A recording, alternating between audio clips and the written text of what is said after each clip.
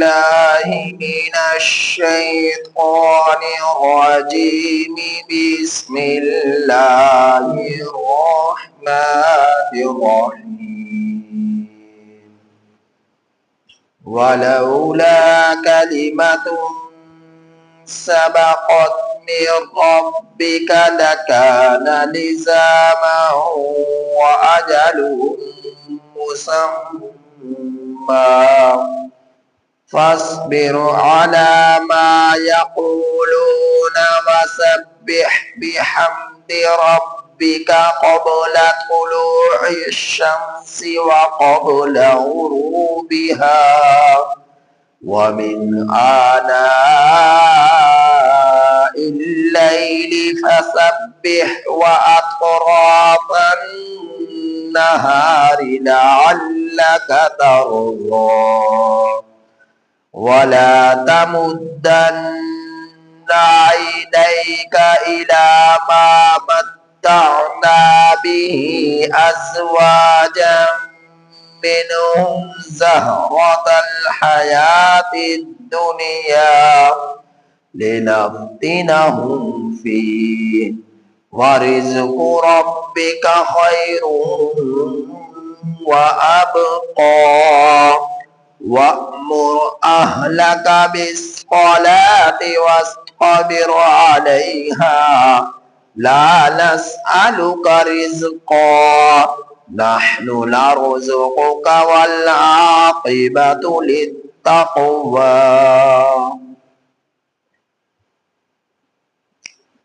سورہ طٰہٰ کی آیت نمبر 129 تا 130 آپ حضرات کے سامنے تلاوت ہوئی. ان آیات کریمہ کا ترجمہ یہ ہے: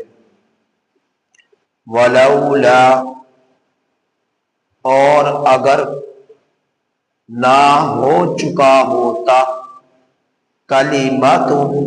فیصلہ، سبقت پہلے سے ہی، من ربک تیرے رب کی طرف سے، اور اگر تیرے رب کی طرف سے پہلے سے ہی فیصلہ نہ ہو چکا ہوتا، لَكَانَ لِزَامًا وَأَجَلٌ مُّسَمًّى، البتہ لَكَانَ لِزَامًا، البتہ فیصلہ لازم تھا، وَأَجَلٌ مُّسَمًّى، اور وقت مقرر ہے. فَاصْبِرْ، پس آپ صبر کیجئے، عَلَى مَا يَقُولُونَ، اس بات پر جو یہ لوگ کہتے ہیں، وَسَبِّحْ، اور تسبیح کیجئے، بِحَمْدِ رَبِّكَ، اپنے رب کی تعریف کی، قبل طلوع الشمس، سورج کے طلوع ہونے سے پہلے، وقبل غروبها، اور سورج کے غروب ہونے سے پہلے، ومن آناء اللیل، اور رات کی گھڑیوں میں اور رات کے اطراف میں، فسبح، پس آپ تسبیح کیجئے،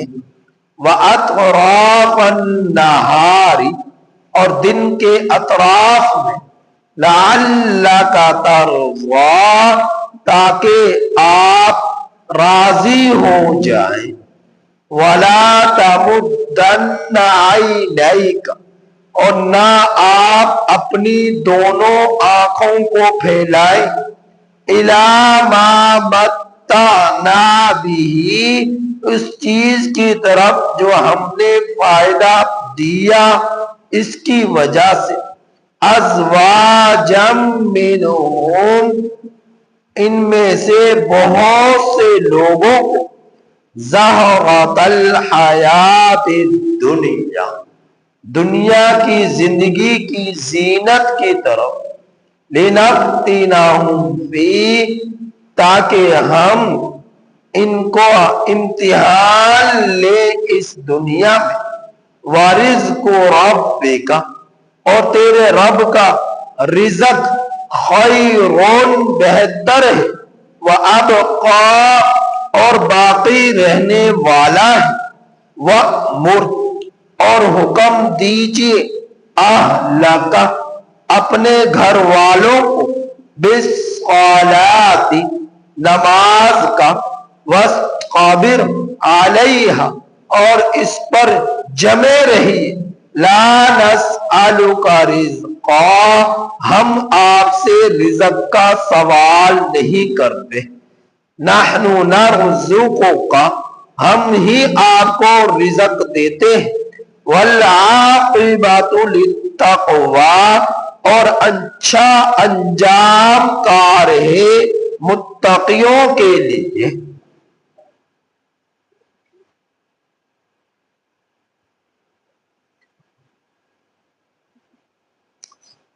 پچھلی آیت کریمہ میں آپ نے اس بات کو سنا کہ کافروں نے نبی کریم صلی اللہ علیہ وسلم سے یہ بات کہی جس وقت نبی کریم صلی اللہ علیہ وسلم نے انہیں ڈرایا اور دھمکایا اور پہلے لوگوں کے حالات بیان فرمائے کہ پہلی قوموں نے اپنے رب کی نافرمانیاں کی، کفر کیا، شرک کیا، تو وہ بستیاں اجڑ گئی اور وہ لوگ مر گئے اور ان پر اللہ کا عذاب نازل ہوا۔ تو پیچھے جو آیت کریمہ تھی، افلم یہد لہم کم اہلکنا قبلہم من القرون یمشون فی مساکنہم، اس آیت کریمہ میں میرے رب نے جو ذکر فرمایا تھا کہ کیا ان لوگوں کے پاس ہدایت نہیں آئی، رہنمائی نہیں آئی، کتنے لوگ تھے ان لوگوں سے پہلے بستیوں میں رہا کرتے، ہم نے ان کو ہلاک کیا، اور یہ لوگ ان کے مکانات کے قریب سے، ان کے محلات کے قریب سے چلتے پھرتے ہیں، یمن کا سفر کر رہے، مصر کا سفر کر رہے، کتنے ایسے کھنڈرات ان پہلی قوموں کے موجود ہیں، ان کے گھروں کے نشانات موجود ہیں کہ جو اب سے پہلے کبھی یہاں پر رہا کرتے تھے، رب کی نافرمانی کی تو اللہ نے ان پر عذاب نازل کیا اور وہ سب کے سب لوگ ہلاک ہو گئے۔ نبی کریم صلی اللہ علیہ وسلم نے جب یہ بات مکہ کے کافروں مشرکوں سے کہی تو وہ لوگ کہنے لگے کہ بڑا آیا تو ہمیں ڈرانے دھمکانے، تو اگر تو ایسا ہی ہے تو ہم پر عذاب لا کر دکھا، لانا عذاب، جس عذاب سے تو ہمیں ڈراتا ہے، العیاذ باللہ۔ اب انہوں نے یہ بات کہی، ایک روایت میں ہے کہ ابو جہل نے کہا کہ جس عذاب سے آپ ہمیں ڈراتے ہیں وہ عذاب لے کر آ، تو اللہ پاک نے اس کا جواب دیا ان آیات کریمہ میں کہ اگر فیصلہ تیرے رب کی طرف سے پہلے سے طے نہ ہوتا تو البتہ اب تک فیصلہ لازم ہو چکا ہوتا، عذاب آ چکا ہوتا۔ وہ فیصلہ اللہ کی طرف سے کیا تھا وہ کہ جس کو جو پہلے سے طے ہے، تو اس کے بارے میں مفسرین کی ایک رائے یہ ہے کہ اس سے مراد یہ ہے کہ ہر شخص کا وقت مقرر ہے، جب وہ ماں کے پیٹ میں ہوتا ہے تو اللہ پاک ایک فرشتے کو حکم دے دیتے ہیں کہ اس کو فلاں وقت میں فلاں جگہ پر فلاں سبب سے یا سبب کے بغیر موت دینی ہے، روح اس کی نکالنی ہے۔ تو یہ ماں کے پیٹ میں جب بچہ ہوتا ہے اسی وقت اس کے بارے میں سب کچھ لکھ دیا جاتا ہے، تو اللہ پاک نے اس کا وقت موت کا مقرر کیا ہوا ہے، اس سے پہلے اسے موت نہیں آ سکتی۔ تو اس لیے یہ بات اللہ پاک کی طرف سے طے ہے، تو اس وقت سے پہلے ان لوگوں کو موت نہیں آ سکتی، تو پہلے سے یہ فیصلہ اللہ رب العزت کی طرف سے طے شدہ ہے اور اسی وقت پر ان لوگوں کو موت نے آنا ہے۔ تو اللہ پاک نے اس کا ذکر فرمایا۔ اگر تیرے رب کی طرف سے پہلے سے فیصلہ نہ ہوتا تو البتہ لازم ہو چکا ہوتا ان لوگوں پر عذاب۔ وَأَجَلٌ مُّسَمًّى، اور وقت مقرر ہے، جس وقت ان لوگوں پر اللہ کی طرف سے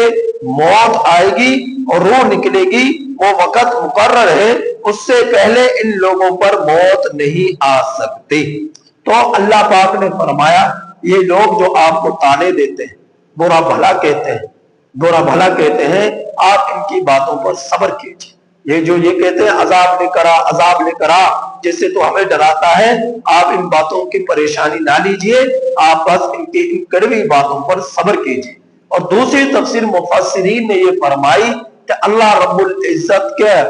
کے نبی کریم صلی اللہ علیہ وسلم کا جو یہ فرمان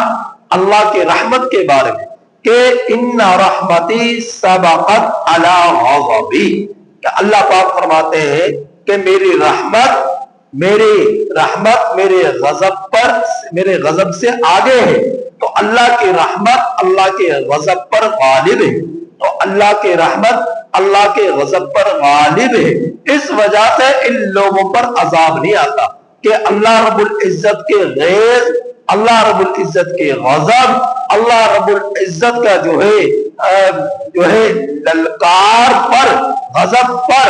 اور اللہ رب العزت کی پھٹکار پر یہ اللہ کی رحمت غالب ہے۔ اب اللہ رب العزت کی رحمت کے بارے میں نبی کریم صلی اللہ علیہ وسلم کا فرمان ہے کہ اللہ پاک نے اپنی رحمت کے 100 حصے فرمائے، ایک حصہ ساری مخلوق میں تقسیم فرمایا اور باقی 99 حصے اللہ پاک نے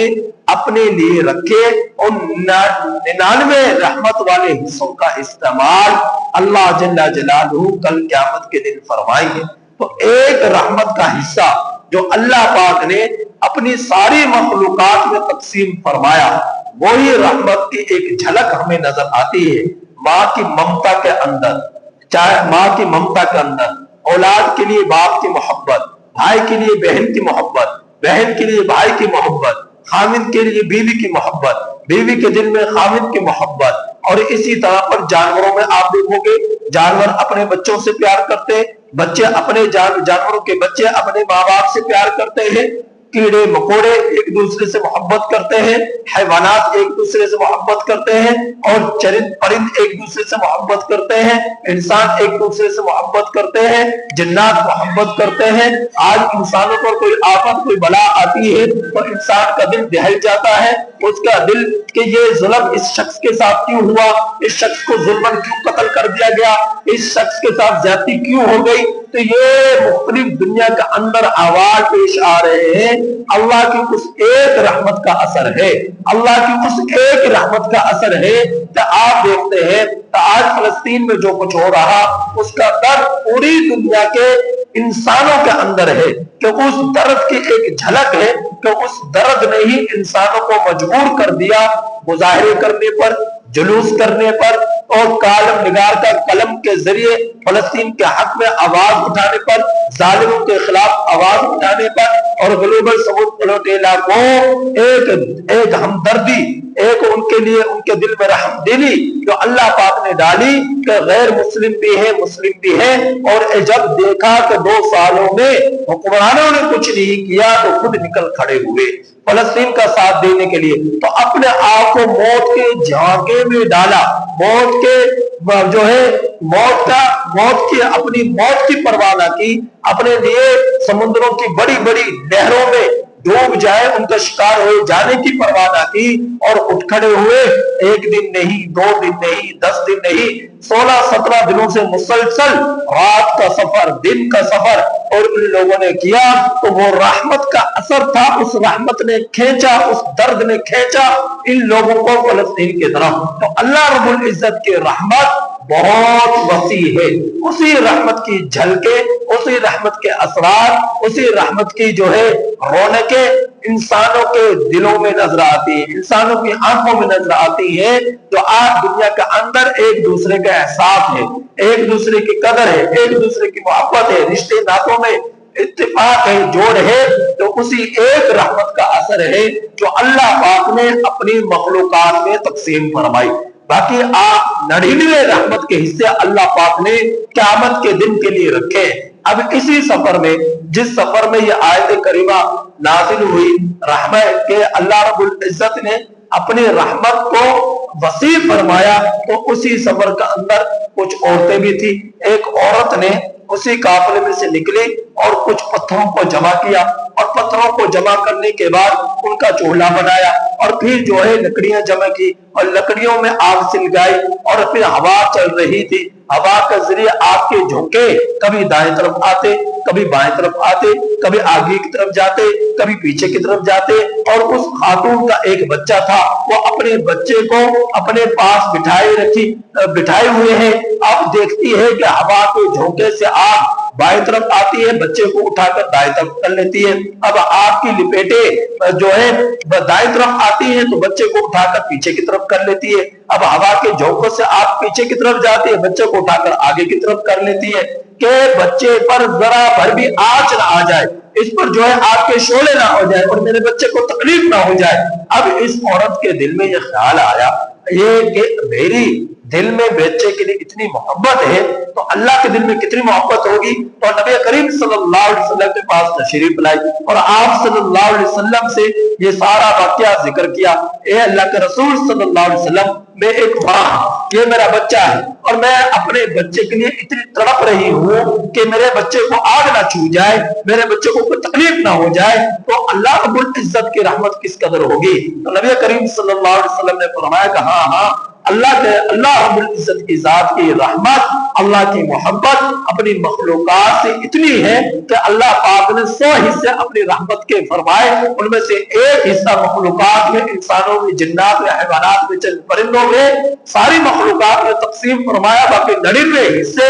اپنے لیے رکھے۔ تو اللہ رب العزت ان 99 حصوں کو قیامت کے دن استعمال فرمائیں گے۔ تو فرمایا اس اعتبار سے تو اے اللہ کے رسول صلی اللہ علیہ وسلم، ہمارے لیے کوئی فکر کی بات ہی نہیں ہے کہ اللہ پاک ہماری بخشش کر دے گا، مغفرت کر دے گا۔ فرمائے گا ہاں، لیکن وہ شخص جو سرکش ہوا اس پر اللہ کی رحمت نازل نہیں ہوگی، اس پر اللہ رحم نہیں فرمائے گا۔ فرمایا کہ وہ شخص جو لا الہ الا اللہ کا انکار کرنے والا ہوگا، اس شخص پر اللہ رب العزت کی رحمت نہیں اترے گی، اللہ رب العزت اس کے ساتھ شفقت معاملہ نہیں فرمائے گا۔ تو اللہ پاک نے یہ رحمت کی برسات اسی کے لیے ہوگی جو دنیا کے اندر سرکشی نہیں کرے گا، جو دنیا کے اندر لا الہ الا اللہ کا انکار نہیں کرے گا، جو دنیا کے اندر لا الہ الا اللہ کے تقاضوں کے مطابق زندگی نہیں گزارے گا، تو اس پر اللہ رب العزت کا غضب نازل ہوگا، اس پر اللہ رب العزت کی طرف سے پھٹکار نازل ہوگی۔ ایسے لوگ اللہ کی رحمت سے دور ہوں گے۔ تو اللہ رب العزت کی رحمت انہی پر اترے گی جو لا الہ الا اللہ پر ایمان لائے اور لا الہ الا اللہ محمد رسول اللہ صلی اللہ علیہ وسلم کے تقاضوں کو پورا کیا۔ تو اللہ رب العزت کی رحمت بہت وسیع ہے۔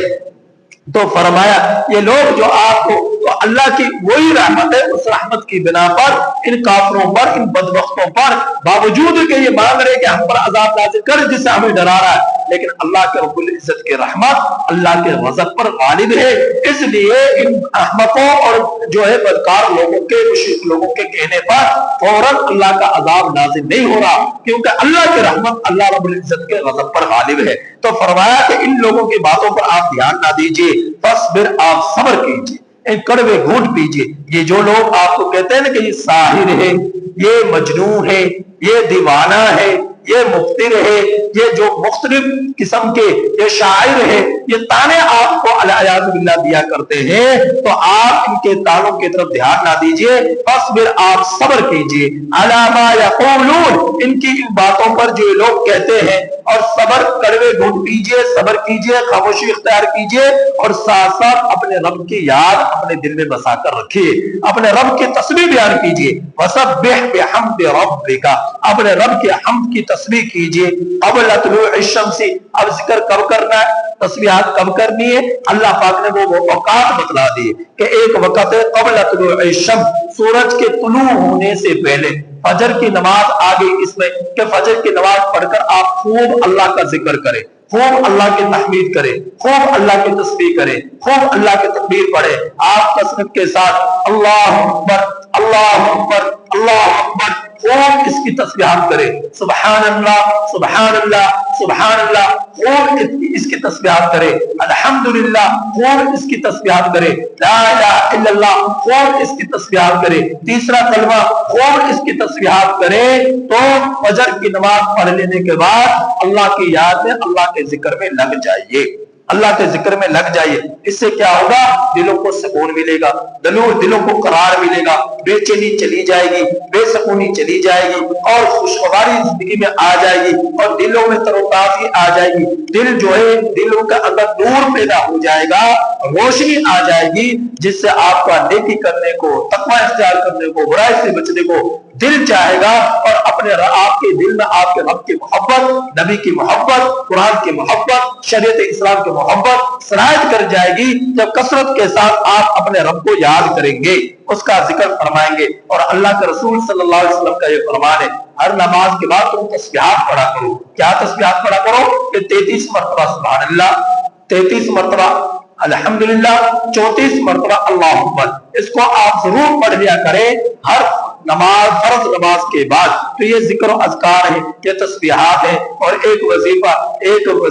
ایک عمل۔ اللہ کے رسول صلی اللہ علیہ وسلم نے یہ بھی فرمایا کہ جو شخص ہر فرض نماز کے بعد کسی سے بات چیت کیے بغیر آیت الکرسی کو بیٹھے اپنی جگہ پر پڑھ لے تو اور آیت الکرسی کو، تو اللہ پاک اس کے مرنے کی دیر ہے فوراً جنت میں داخلہ فرما دیتے ہیں۔ یعنی فرمایا کہ اس شخص کا جو آیت الکرسی ہر نماز کے بعد پڑھنے کا اہتمام کرتا ہے تو اس کا ایک قدم جنت میں اور ایک قدم دنیا میں، یعنی مرنے کی دیر ہے فوراً یہ شخص جنت میں چلا جائے گا۔ کتنی بڑی فضیلت ہے، کتنی بڑی فضیلت ہے آیت الکرسی کی۔ تو فرمایا کہ تسبیح کیجئے اپنے رب کی سورج کے طلوع ہونے سے پہلے، وقبل غروبها، اور سورج کے غروب ہونے سے پہلے۔ یہ عصر کی نماز آ گئی۔ آپ فرمائے میرے نبی نے دو نمازیں، ایک فجر کی نماز ایک عصر کی نماز، یہ دونوں نمازیں منافقین پر بہت بھاری ہوتی ہے، یعنی ان سے یہ پڑھی نہیں جاتی، فجر کی نماز اور ظہر کی نماز۔ اور فرمایا کہ دونوں نمازوں کی بہت زیادہ اہمیت ہے، بہت زیادہ فضیلت ہے۔ کیوں فضیلت ہے؟ کیونکہ ان دونوں نمازوں میں فرشتوں کی ڈیوٹیاں چینج ہوتی ہیں۔ شام والے فرشتے عصر کی نماز کے بعد آ جاتے ہیں، صبح والے فرشتے فجر کی نماز کے وقت فجر کی نماز کے وقت آ جاتے۔ تو فرشتوں کی ڈیوٹیاں چینج ہوتی ہیں، جو اعمال لکھنے والے ہیں۔ تو کچھ فرشتے فجر کی نماز کے بعد جو آتے ہیں عصر تک رہتے ہیں، جب عصر کی نماز ہوتی ہے یہ چلے جاتے ہیں، اور عصر کے بعد شام والے فرشتے یہ آ جاتے ہیں۔ اب جب اللہ پاک پوچھتے ہیں ان فرشتوں سے، بتاؤ میرے بندوں کے کیا احوال ہیں اور کیا معاملات ہیں، تو فرشتے کہتے ہیں اے اللہ، جب ہم گئے تھے تب بھی یہ لوگ نماز میں تھے، جب ہم آئے ہیں تب بھی یہ لوگ نماز میں تھے، ہم تو ہر وقت آپ کی عبادت میں ان لوگوں کو دیکھ رہے۔ تو یہ فرشتے اس نماز پڑھنے والے کی نماز پڑھنے کی عبادت کی گواہی اللہ رب العزت کے دربار میں دیتے۔ اب روزانہ فرشتوں کی ڈیوٹیاں چینج ہو رہی ہیں اور روزانہ اللہ پاک آپ کے بارے میں پوچھ رہے ہیں، باوجود کہ اللہ کے علم میں ہے، لیکن اللہ پاک پھر بھی پوچھ رہے فرشتوں سے تاکہ ان کو پتہ چل جائے اس امت کو کہ ان نمازوں کی اہمیت کیا ہے، ان کی فضیلت کیا ہے، ان کا مقام کیا ہے، تو ہم لوگ نمازی بن جائیں، ہم لوگ نمازی بن جائیں۔ تو فرمایا کہ سورج کے طلوع ہونے سے پہلے اور سورج کے غروب ہونے سے پہلے اللہ رب العزت کی تسبیح کیجئے۔ وَمِنْ آنَاءِ اللَّيْلِ، اب فجر کی نماز تو آ گئی، عصر کی نماز بھی آ گئی، اب آ رہی ہے شام کی نمازیں۔ وَمِنْ آنَاءِ اللَّيْلِ، اور رات کی گھڑیوں میں، اس میں آ گئی رات کے اوقات میں۔ کیا رات کے اوقات میں بھی اللہ کا ذکر کیجئے؟ کون سا وقت؟ مغرب کی نماز کے بعد، عشاء کی نماز کے بعد آپ اپنے رب کو یاد کیجئے۔ فَسَبِّحْ، بس آپ تسبیح کیجئے۔ وَأَطْرَافَ النَّهَارِ، اور دن کے اطراف میں۔ اب دیکھیں سورج کے طلوع ہونے سے پہلے فجر کی نماز، سورج کے غروب ہونے سے پہلے عصر کی نماز، اور رات کے اوقات میں مغرب اور عشاء کی نماز۔ فَسَبِّحْ، تسبیح کرنے کا حکم ہوا۔ وَأَطْرَافَ النَّهَارِ، اور دن کے اطراف میں ظہر کی نماز آ گئی۔ اب پانچوں نمازوں کا تذکرہ اس آیت کریمہ میں میرے رب نے فرما دیا، اور پانچوں نمازوں کے بعد اذکار کا حکم میرے اللہ نے فرما دیا، لیکن ہوتا یہ ہے فرض نماز پڑھنے کی دیر ہوتی ہے اور فوراً ہم بھاگنا شروع ہو جاتے ہیں، سنتیں بھی نہیں پڑھتے، نوافل بھی نہیں پڑھتے، اور فرض نماز پڑھتے ہیں اور فرض نماز پڑھنے کے فوراً بعد آواز کو دور کے بعد، اذکار کو دور کے بعد، تسبیحات کو دور کے بعد، آیت الکرسی تو دور کے بعد فوراً نکلنے کی کوشش کرتے ہیں کہ سلام گرے اور ہم مسجد سے باہر ہو جائے۔ اور یہی حال عورتوں کا ہے، نماز فرض نماز پڑھتی ہے فوراً مصلی اٹھا کر سائڈ پر رکھا اور اپنے کاموں میں مشغول ہو گئے۔ تو یہ وقت بہت اہمیت رکھتا ہے نمازوں کے بعد کا، کہ اس میں آپ اپنے رب کی خوب تسبیح کیا کریں، خوب تحمید کیا کریں، خوب تکبیر کیا کریں۔ تسبیح کیا ہے؟ سبحان اللہ۔ تکبیر کیا ہے؟ اللہ اکبر۔ اور تحمید کیا ہے؟ الحمدللہ۔ تو کثرت کے ساتھ یہ اعمال، یہ اذکار آپ لوگ نمازوں کے بعد کیا کریں۔ اب یہاں تک تو حکم تھا ہر شخص کو نماز کا، نبی کریم صلی اللہ علیہ وسلم اولین مخاطب، آپ کی وساطت سے امت کو یہ حکم یہاں تک تو تھا ہر بالغ مرد عورت کو یہ اعمال کرنے کا۔ اس سے آگے فرمایا، ایک تو بات یہ فرمائی کہ جب تم یہ کام کرو گے لعلک ترضی، تو ان کاموں کے کرنے کی بنا پر اللہ آپ کو راضی کر دیں گے، جنت میں داخل کر کر انعامات سے نواز کر، بخشش کے فیصلے فرما کر، انعامات کی برسات فرما کر اللہ پاک آپ کو راضی کر دیں گے۔ تو جو شخص بھی یہ کام کرے گا، 5 وقت کی نماز کا اہتمام، پنجگانہ نمازوں کے بعد اذکار، تو اللہ پاک اسے راضی کر دیں گے، اسے خوش کر دیں گے، اس کی مغفرت کر دیں گے، اس کی بخشش کر دیں گے۔ تو اللہ کے رسول صلی اللہ علیہ وسلم اولین مخاطب ہوئے کہ جب کافروں کے تانوں سے نبی کریم صلی اللہ علیہ وسلم کا دل دکھتا، نبی کریم صلی اللہ علیہ وسلم کو تکلیف ہوتی، تو اللہ رب العزت کون سا راستہ بتلا رہے؟ نماز پڑھنے کا۔ کون سا راستہ بتلا رہے؟ اللہ کی یاد دل میں بسانے کا، ذکر و اذکار کرنے کا۔ تو اس بات سے یہ بات معلوم ہوئی، آپ میں سے جو شخص بھی پریشان ہو، جو بھی غمگین ہو، جو بھی تکلیف میں ہو، جو بھی جو ہے تنگ دستی میں ہو، وہ کثرت کے ساتھ اپنے رب کو یاد کرے، ذکر و اذکار کرے، اور اگر بے نمازی ہے تو نمازی بن جائے۔ اللہ پاک نے 5 وقت کی نماز میں اور پنجگانہ نمازوں کے بعد اذکار کرنے میں سکون رکھا ہے، راحت رکھی ہے، اور اللہ پاک نے دلوں کو قرار رکھا ہے، آنکھوں کی ٹھنڈک رکھی ہے۔ ان نمازوں میں آپ کی زندگی میں سکون لوٹ آئے گا، آپ کی زندگی سے بے سکونی نکل جائے گی، بھاگ جائے گی۔ تو اللہ پاک نے اس پہ سکون رکھا ہے، اور اس کا فائدہ سب سے بڑا یہ ہوگا کہ اللہ آپ کو راضی کر دے گا۔ آپ کی زندگی، دنیا کی زندگی میں بھی آپ خوشگوار والی زندگی گزاریں گے، اور آخرت کی زندگی بھی آپ کے مزے میں گزرے گی اگر آپ ان باتوں پر عمل کر لیں۔ پھر فرمایا میرے اللہ نے وَلَا تَمُدَّنَّ عَيْنَيْكَ، اور آپ اپنی دونوں آنکھوں کو نہ پھیلائیں، إِلَىٰ مَا مَتَّعْنَا بِهِ، اس چیز کی طرف جس سے ہم نے فائدہ پہنچایا، أَزْوَاجًا مِّنْهُمْ، ان لوگوں میں سے بہت سارے لوگوں کو، زَهْرَةَ الْحَيَاةِ الدُّنْيَا، دنیا کی زندگی کی زینت کا۔ آپ دیکھ رہے ہیں بہت سارے لوگوں کے پاس بہت ساری فیکٹریاں ہیں، آپ دیکھ رہے ہیں بہت سارے لوگوں کے پاس بہت سارے محلات ہیں، آپ دیکھ رہے ہیں بہت سارے لوگوں کے پاس بہت ساری جو ہے پروٹوکول ہے، گاڑیاں ہیں، بنگلے ہیں، فیکٹریاں ہیں، کارخانے ہیں، ملز ہیں، دکانیں ہیں، مارکیٹیں ہیں، بہت سارے لوگوں کے پاس بہت سارا لمبا چوڑا خاندان ہے، بڑا قبیلہ ہے، اور اس کے پاس یہ ساری جو رونقیں تمہیں نظر آ رہی ہیں، یہ ساری دنیا کی زندگی کی زینت ہے، یہ ساری کی ساری دنیا کی زندگی کی زینت ہے۔ اللہ پاک نے ان ساری چیزوں کے بارے میں فرمایا کہ اعلموا، اے انسانوں خوب جان لو، اعلموا انما الحیات الدنیا، یہ دنیا کی زندگی لعب کھیل ہے، لعب تماشا ہے، وزینہ زینت ہے، وتفاخر بینکم وتکاثر فی الاموال والاولاد، مال و دولت کی کثرت پر ایک دوسرے پر فخر ہے۔ یہ دنیا کی زندگی کی حقیقت یہ ہے۔ فرمایا وما الحیات الدنیا الا متاع الغرور، اے انسانوں دنیا کی زندگی کے دھوکے میں نہ پڑنا، دنیا کی زندگی کے دھوکے میں نہ پڑنا، یہ عارضی لذتوں کے دھوکے میں نہ پڑنا، یہ عارضی جائیدادوں کے دھوکے میں نہ پڑنا، یہ عارضی کارخانوں کے دھوکے میں نہ پڑنا، یہ عارضی رونقوں کے دھوکے میں نہ پڑنا۔ یہ مختصر سی زندگی ہے، آپ کا مال آپ سے جدا ہو جائے گا، آپ کی بیوی آپ سے جدا ہو جائے گی، آپ کا خاندان آپ سے جدا ہو جائے گا، آپ کی فیکٹریاں، آپ کی ملز، آپ کے کارخانے آپ سے جدا ہو جائیں گے، یہاں تک کہ آپ کا وجود بھی آپ کا ساتھ نہ دے گا۔ یہ مضبوط جوانی، یہ خوشبودار جوانی، اس کو بڑھاپا کھا جائے گا، بڑھاپے کو موت کھا جائے گی۔ تو ہر شخص کے لیے دنیا میں رہنا نہیں ہے، جو بھی آیا اس کے لیے موت ہے، اور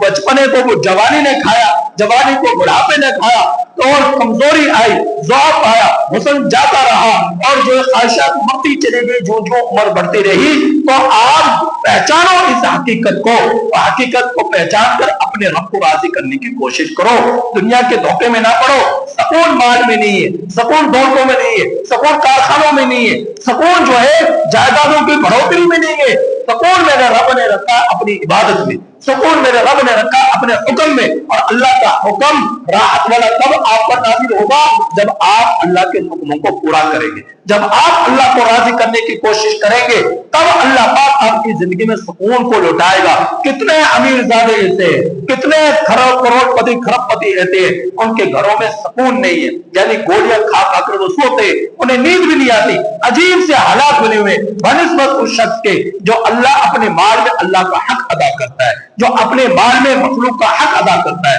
جو اپنے مال میں رشتہ داروں کے حقوق ادا کرتا ہے، جو اپنے مال میں اپنے بیوی بچوں کے حقوق ادا کرتے ہیں، اللہ پاک اور ان کا حلال طریقے سے کماتے ہیں، جائز طریقوں پر خرچ کرتے ہیں، تو اللہ پاک نے ایسے مال کو ان کے لیے برکتوں والا مال بنا دیا، اور جو ہے سکون والا مال بنا دیا۔ تو فرمایا کہ آپ اپنی دونوں آنکھوں کو ان چیزوں کی طرف نہ پھیلائیں، ان کافروں کے پاس کتنی دولتیں، ان کافروں کے پاس کتنا سرمایہ کار ہے، ان کافروں کے پاس کتنے خزانے، ان چیزوں کو نہ دیکھیں۔ قارون کے پاس کتنا خزانہ تھا، اس کی ایک بہت بڑی جماعت جانوروں کی اس کی خزانوں کی چابیاں لے کر جایا کرتے تھے، لیکن انجام کیا ہوا؟ جب رب کے حکم کو توڑا تو انجام یہ ہوا کہ اپنے محل سمیت، اپنے محل سمیت، اپنے خزانے سمیت زیر زمین چلا گیا، زمین کے اندر دھس گیا، اور میرے اللہ نے اسے عبرت کا نشان بنا دیا۔ قارون کا یہ حال تھا، حامان کا یہ حال تھا، نمرود کا یہ حال تھا، فرعون کا یہ حال تھا۔ آج ان کے حالات کو دیکھے، اتنے بڑے بڑے بادشاہ گزرے، لیکن آج وہ زیر زمین ہے، ان کا نام نشان تک نہ رہا۔ تو ہم لوگوں کو چاہیے ان سے عبرت حاصل کرے، ان سے عبرت حاصل کرے۔ فرمایا میرے نبی کو میرے اللہ نے کہ آپ ان چیزوں کی طرف آنکھیں نہ پھیلائیے کہ ان کو اللہ نے کتنا دیا کتنا دیا۔ حقیقت میں امت کو سمجھانا ہے کہ ان چیزوں کی طرف نہ دیکھو، کافروں کے پاس کیا ہے، ان نافرمانوں کے پاس کیا کچھ ہے، آپ اس چیز کو دیکھو کہ حقیقت کیا ہے۔ حقیقت یہی ہے کہ آخرت کی فکر کرو، موت کے بعد کی زندگی میں اللہ پاک کے سامنے پیشی ہوگی، حساب ہوگا، اللہ کو جواب دینے ہوگا۔ تو فرمایا لِلَمْتِلَهُمْ فِيهِ، البتہ ہم نے ان لوگوں کو ان چیزوں کو مال و متاع دے کر ان لوگوں کو امتحان میں ڈالا، آزمائش میں ڈالا۔ وَرِزْقُ رَبِّكَ خَيْرٌ، اور تیرے رب کی طرف سے جو رزق ہے وہ بہتر ہے، وَأَبْقَىٰ، اور باقی رہنے والا ہے۔ اب یہاں تک یہ ساری باتیں میرے رب نے فرما کر فرمایا وَأْمُرْ أَهْلَكَ، ایک گھر کے امیر، ایک گھر کے سرپرست، ایک گھر کے سربراہ، ایک گھر کے بڑے، تجھے تیرے رب نے حکم دیا وَأْمُرْ أَهْلَكَ، اپنے گھر والوں کو حکم دے۔ کس چیز کا حکم دے؟ بِالصَّلَاةِ، نماز کا۔ اپنے گھر والوں کو حکم دے کس چیز کا؟ نماز کا۔ ہر گھر کے سربراہ کو اللہ حکم دے رہا ہے۔ اب گھر کا سربراہ جس کے ماتحتی میں اس کی بیوی ہے، جس کی ماتحتی میں اس کے بیٹے ہیں، اس کی بیٹیاں ہیں، جس کی ماتحتی میں جتنے بھی لوگ کام کر رہے ہیں، کل اس گھر کے سربراہ کو اللہ پاک حکم دے رہے کہ اپنے گھر والوں کو نماز کا حکم دے، اپنے گھر والوں کو حکم کر بالصلاۃ، نماز کا، وَاصْطَبِرْ عَلَيْهَا، اور ان لوگوں کو نماز کے قائم رکھنے پر، ان کو نماز کو حکم کو پر چلتے رہنے کو پر ان کو جمائے رکھ کہ ہمیشہ یہ نمازی ہی بن کر رہے، پھر اس کو کبھی چھوڑے گا، یا اللہ پاک حکم دے رہے۔ اب دیکھیں گھر کے سرپرست جو ہے ان چیزوں کی طرف خیال نہیں کرتے، ان چیزوں کا احساس نہیں کرتے۔ خود آئے نماز پڑھ کر چلے گئے، وہ چلے گئے، بہت سارے تو ایسے جو نماز ہی نہیں پڑھتے، گھر کے سربراہ ہی نماز نہیں پڑھتے، وہ اپنے بیوی بچوں کو کیا حکم دیں گے؟ تو فرمایا کہ اور بہت سارے ایسے ہیں جو خود تو نماز پڑھتے لیکن بیوی کی فکر نہیں کرتے کہ یہ بھی نماز پڑھ لے، بیٹیوں کی فکر نہیں کرتے کہ یہ بھی نماز پڑھ لے، بیٹوں کی طرف فکر نہیں کرتے کہ یہ بھی نماز پڑھ لے۔ اللہ پاک نے گھر کے سربراہوں کو سرپرستوں کو حکم دیا کہ اولین تم ہو مخاطب کہ تم اپنی بیوی بچوں کو حکم دو، پھر خامد کے بعد بیوی ہے کہ بیوی اپنی بیٹیوں کو حکم دے، اپنی نگرانی میں نمازیں پڑھائے، ان کے جو ہے اخلاق کی خیال کرے، ان کے اعمال کی فکر کرے، ان کی عبادات کی فکر کرے۔ یہ بیوی جو گھر میں صبح سے لے کر رات تک اپنی بچوں کے پاس وقت گزار رہی ہے، ہم تو بیچارہ صبح نکلا شام کو رات گئے تک واپس لوٹا، اب ماں جو ہے وہ گھر میں رہ رہی ہے، اسے پتا ہے بیٹی کیا کر رہی ہے، اسے معلوم ہے بیٹا کیا کر رہا ہے، اسے معلوم ہے تو اولاد کیا کر رہی ہے۔ اب ماں کے اوپر یہ ذمہ داری آتی ہے خامد کی عدم موجودگی میں وہ اس کے بچوں کی، خامد کی بیٹیوں کی، خامد کے بیٹوں کی وہ ماں فکر کرے، وہ بیوی فکر کرے اور ان کے اعمال کی فکر کرے۔ جھوٹ بولتے ہیں تو جھوٹ سے انہیں بچائے۔ شام کے وقت خامد لوٹے تو اسے پورے دن کی خبر دے کہ اس بیٹی نے نمازیں پڑھی ہیں، اس بیٹی نے نمازیں نہیں پڑھی، اس بیٹے نے نماز پڑھی ہے، باوجود کے بارہ کہا گیا اس نے نماز نہیں پڑھی، اور خامد آ کر ان کو تنبیہ کرے۔ یہ ماں باپ کا حق ہے، یہ ماں باپ کی ذمہ داری ہے، لیکن ایسا ہوتا ہے نہ ماں کو فکر نہ باپ کو فکر۔ البتہ تو نہ باپ نماز پڑھتا ہے نہ ماں نماز پڑھتی ہے، اور خدا نہ خاصا باپ اور ماں نماز بھی پڑھتے ہیں تو اولادوں کو حکم نہیں کرتے، ان کی نمازوں کی فکر نہیں کرتے، ان کی نیکیوں کی فکر نہیں کرتے، ان کا اخلاق کی فکر نہیں کرتے۔ لیکن یاد رکھنا اولاد اللہ نے تمہیں دی تو یہ نہ سمجھو کہ اللہ تم سے اولاد کے بارے میں پوچھے گا۔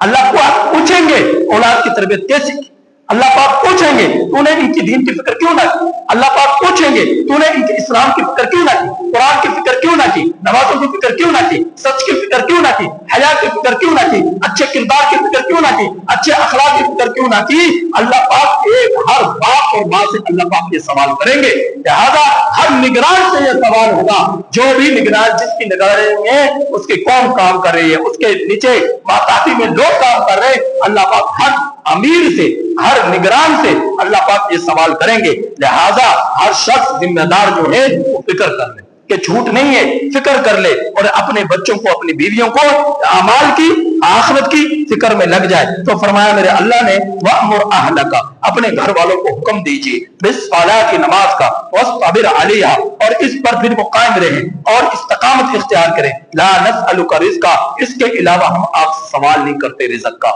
کہ تم مال کماؤ تم دولت کماؤ، ہم اس بات کا سوال نہیں کریں گے۔ ہم نے یہ سوال کرنا ہے کہ تمہاری ماتحتی میں زندگی گزارنے والوں کی دین کی فکر تم نے کتنی کی، ہم نے تم سے یہ سوال کرنا ہے۔ فرمایا کہ رزق کا سوال ہم نہیں کرتے، نحن نرزقک رزق تو ہم ہی دینے والے، والعاقبۃ للتقوی اور اچھا انجام کار ہے متقیوں کے لیے، پرہیزگاروں کے لیے جو اللہ تعالیٰ سے ڈر ڈر کر زندگی گزارتے ہیں، جہنم سے ڈرتے ہیں، حساب سے ڈرتے ہیں، برزخ کی زندگی سے ڈرتے ہیں، حشر کی زندگی سے ڈرتے ہیں، اس رات سے جب عبور کیا جائے گا، اس رات سے گزارا جائے گا، اس وقت اس منظر سے ڈرتے ہیں، اللہ کے سامنے کھڑے ہو جانے سے ڈرتے ہیں۔ تو یہی تقوی ہے، ہر جرم سے جو ہر مجرم کو روکتا ہے، ہر مجرم کو بچاتا ہے۔ اگر یہ تقوی نہیں، خوف خدا نہیں، تو اس شخص کا برے کاموں سے بچنا، شیطانی کاموں سے بچنا ناممکن ہے۔ یہ بچ تبھی سکتا ہے جب اس کے دل کا اندر رب کا ڈر ہوگا، رب کا خوف ہوگا، تقوی ہوگا،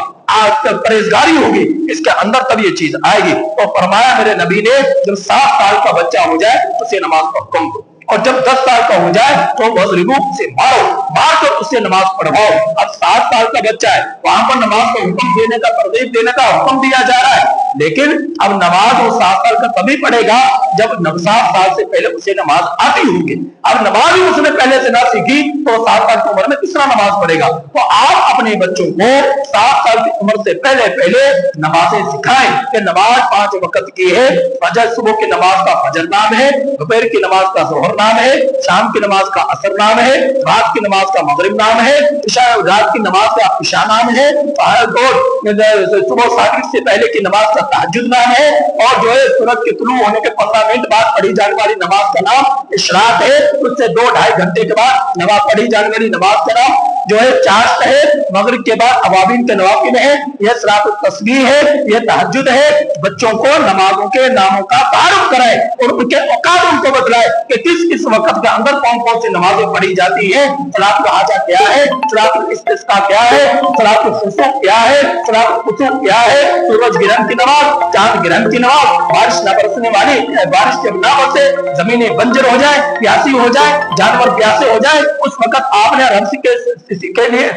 کس طرح پکار کرنی ہے، کس طرح اللہ کو یاد کرنا ہے، کس طرح بارش کی دعا کرنی ہے، کس طرح نماز کا اہتمام کرنا ہے، تو یہ ساری عبادات میرے نبی نے بتلائی ہے۔ تو اپنے بچوں کو ان کا تعارف کرائے۔ بچے کو یہ تو پتا ہے یہ BMW ہے، بچے کو یہ تو پتا ہے یہ فلاں محل ہے، یہ فلاں جو ہے سونا ہے، اور سونے کے اندر اتنا جو ہے کیٹیگری کا یہ ہے، اتنا جو ہے گریڈ کا یہ ہے۔ ان سب چیزوں کو بچوں کو پتا ہے، بچوں کو پتا ہے، مال کا پتا ہے، دولت کا پتا ہے، ساری چیزوں کو پتا ہے، خرید و فروخت کا پتا ہے، لیکن پتا نہیں تو کس کا نہیں؟ اللہ کی طرف سے نماز کا نہیں پتا، جو ربی اللہ نے حکم دیا اس کا نہیں پتا، پتا نہیں تو کس کا نہیں؟ نبی کی زندگی کا نہیں، نبی کی سیرت کا نہیں، نبی کے اعمال کا نہیں، کہ نبی تمہیں کیا کہہ کر گئے۔ اگر ہماری اولاد کو پتا نہیں تو ان چیزوں کا نہیں پتا، باقی دنیا کو کس طرح لوٹنا ہے، دنیا کو کس طرح دھوکہ دینا ہے، دنیا کو کس طرح کمانا ہے، تو اس سب باتوں کا پتا ہے، ٹیپ ٹاپ کا پتا ہے، لیکن پتا ہی نہیں تو آخرت کا نہیں پتا۔ تو اپنے بچوں کے دلوں میں آخرت کا درد پیدا کرے، آخرت کی فکر پیدا کرے، اور اللہ کی محبت پیدا کرے، اور اللہ کا تعارف کرائیں، نبی کا تعارف کرائیں، اور قرآن سے ان کی محبت ان کے دلوں میں ڈالے، کہ وہ لوگ اپنے وہ لوگ اپنے آخرت کی فکر کرنے والے بن جائے۔ تو اللہ پاک نے فرمایا اچھا انجام کار تو متقیوں کے لیے ہے، اور برا انجام بدکاروں کے لیے ہے، بے حیاؤں کے لیے ہے، زانیوں کے لیے ہے، شرابیوں کے لیے ہے، مشرکوں کے لیے ہے، کافروں کے لیے ہے، منافقین کے لیے ہے۔ تو اچھا انجام کار پرہیزگاروں کے لیے ہے، لہذا تم پرہیزگار بن جاؤ۔ اے مردوں، اے عورتوں، اے بچوں، اے جوانوں، اے بوڑھوں، اے حسینوں، اے عربیوں، اے اجمیوں، تم سب کے سب پرہیزگار بن جاؤ، اور متقی بن جاؤ، اور اللہ سے ڈر ڈر کر زندگی گزارنے والے بن جاؤ۔ ہماری زندگیوں میں نیک اعمال ہو، نیک اعمال کا رنگ چڑھ چکا ہو۔ اللہ پاک سے دعا ہے کہ اللہ تعالی ہمیں ان آیات کریمہ کی کامل سمجھ نصیب فرمائے، اور آخرت کی فکر نصیب فرمائے۔